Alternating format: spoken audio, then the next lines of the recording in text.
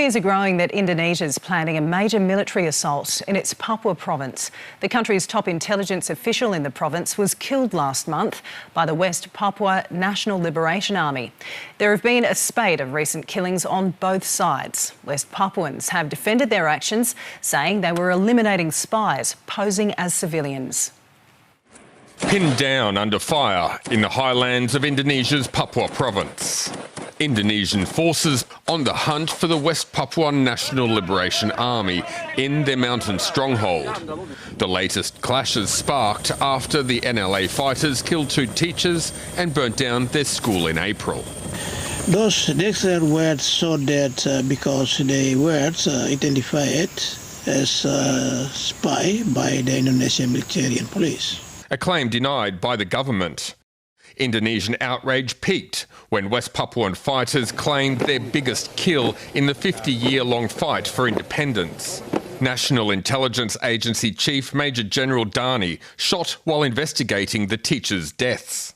The emboldened West Papua military wing told SBS they will continue to kill Indonesian civilians suspected of being soldiers or spies. We do this as part of limiting the Indonesian intelligence activities in our territory. Indonesian President Joko Widodo ordering an immediate military crackdown in the remote eastern province. The West Papuan political wing in exile fears the start of an all-out conflict.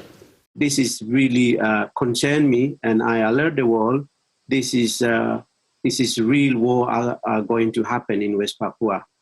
After decades of military lockdown with no international observers or media allowed access, recent reports of dozens of casualties, both civilian and combatant, are impossible to independently verify. Jokowi, let's sit down and talk, find a solution, peacefully solution. Jokowi, sit down with me. That seems unlikely.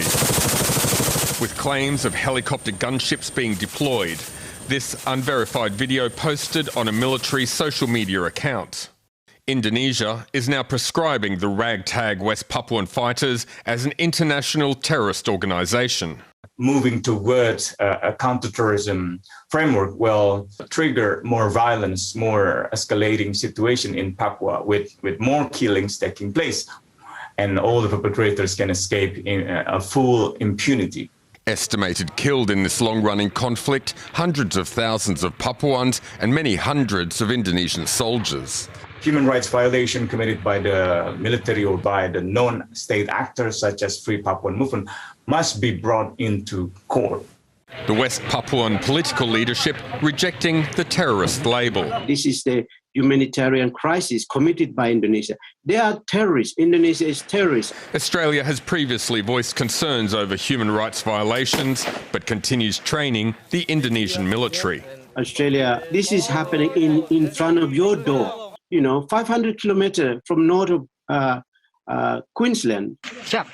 A brutal conflict continuing to unfold and largely ignored by the outside world. Stefan Armbruster, SBS World News.